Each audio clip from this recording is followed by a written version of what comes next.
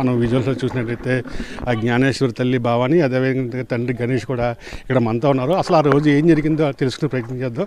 గణేష్, ఆ రోజు ఏం జరిగింది? పాపని ఏ విధంగా మిస్ అయ్యిందంటారు? 11:50 దాకా నా దగ్గర ఉంది సార్ పాప. వాళ్ళ అమ్మకి అప్పు చెప్పేసి వెళ్ళిన తర్వాత నేను కవర్ బండాలకి వెళ్ళిన తర్వాత పాప కొండవారిని అగ్రహం అతనికి కనిపించిందని ఒక ఆయన చెప్పాను. సీసీ కెమెరాలోని మీరు బండి మీద వచ్చి డ్రాప్ చేసి వెళ్ళారు కదా, మళ్ళీ పాప మళ్ళీ మీ వెనకాల వచ్చింది కదా, అంటే ఆ రూట్లో వెళ్ళిపోయిందా, ఈ రూట్లో వెళ్ళిపోయింది? అది రివర్స్లో పెట్టారు సార్ వీడియో. అంటే తీసుకొచ్చింది ముందు పెట్టారు సార్, వెళ్ళింది మళ్ళీ పెట్టారు సార్. అంటే నేను నడిచి వెళ్ళిపోయినా సార్. ముందు నడిచి వెళ్ళిపోయేటప్పుడు కొద్దిగా ఎదరికెళ్ళా పాప వెనకాల ఏడ్చుకుంటూ వచ్చేస్తే నేను తీసుకెళ్ళిపోయాను. వెనకాల డాగ్ కూడా వస్తుంది. తీసుకెళ్ళిపోయిన తర్వాత సార్ కారు బండాలు తెమ్మంటే మళ్ళీ పాపని రిటర్న్ బైక్ మీద తీసుకొస్తాం కదా, తీసుకొచ్చి సార్ అమ్మగారికి అప్పు చెప్పేసి మేము ఇదే రూట్ అంటే వెళ్ళిపోయాం. సైడ్ నుంచి రూట్ అంటే వెళ్ళిపోయాం. అలా కిందకి కవర్ బండాలు తినేకి వెళ్ళాం. అక్కడ మేము అలా మళ్ళీ ఇంకో రూట్ అంటే మళ్ళీ ఎంట్రన్స్ అక్కడ వర్క్ చేస్తున్నాం, కవర్ బండాలే కొడుతున్నాం. ఆ తర్వాత ఊళ్ళో ఒక అతనికి కనిపించిందని పాప కొండవారిని.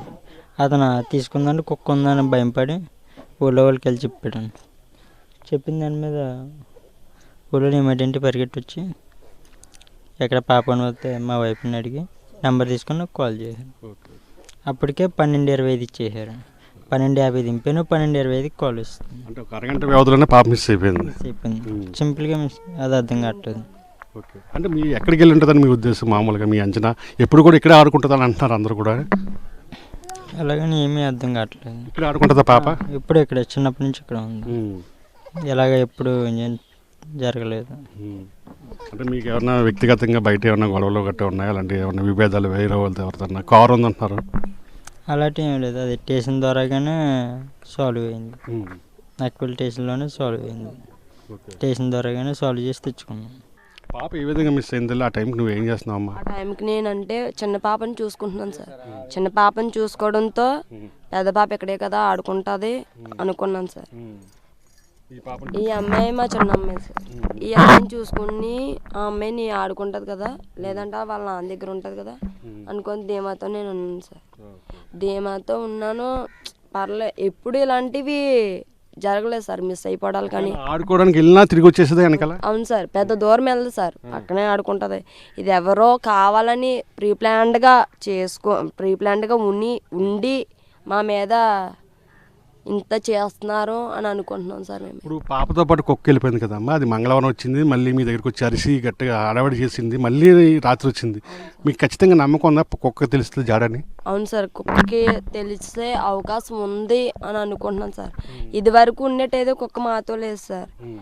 అది నన్ను ఎప్పుడు ఏమనేది కాదు, మా పాపని ఏమనేది కాదు. ప్రవర్తన బాగానే ఇది వరకులా లేదు సార్.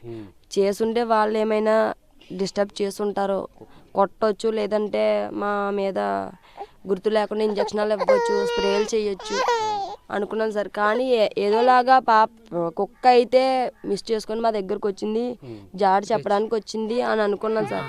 అనుకున్న ఆనందంతో నేను కుక్కను పట్టుకోవడానికి ప్రయత్నిస్తే అది కుక్క నన్ను కట్ చేసి మళ్ళీ పరిగెట్టిపోయి. అవును సార్,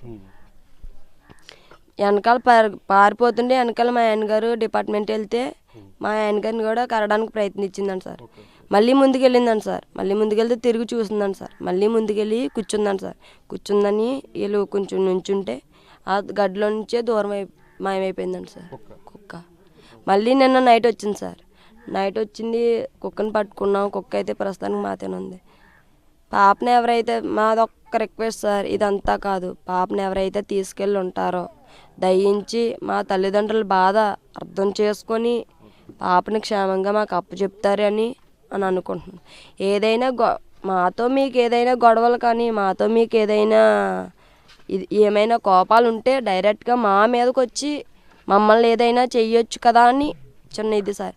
పాలు తాగి పసకండి మిమ్మల్ని ఇబ్బంది ఏమీ చేయదు కదా సార్. క్షేమంగా దయించి చెప్తున్నాను సార్. లాస్ట్ మాట, ఎవరైతే తీసుకెళ్ళి ఉంటారో చేతులు ఎత్తి దండం పెడుతున్నానో మా తల్లిదండ్రులు బాధ అర్థం చేసుకొని మా పాపని మాకు క్షేమంగా ఇచ్చేస్తారని అనుకుంటున్నాను సార్. రైట్, ఇది మనం చూస్తున్నాము. చిన్నారి తల్లిదండ్రుల ఆవేదన ఒకటే చెప్తున్నారు, ఎవరో ఖచ్చితంగా మా పాపను అపహరణకు గురి చేశారు, ఖచ్చితంగా మా పాపను మాకు విడిచిపెట్టండి, పాపను క్షేమంగా వదిలిపెట్టండి చెప్పి దీనంగా అభ్యర్థిస్తున్న పరిస్థితి అయితే ఉంది.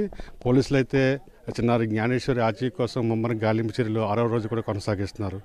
వీడియో శ్రీనివాస్తో కలిసి కరస్పాండెంట్ రాజు, సాక్షి టీవీ, సిహెచ్ అగ్రహారం నుండి.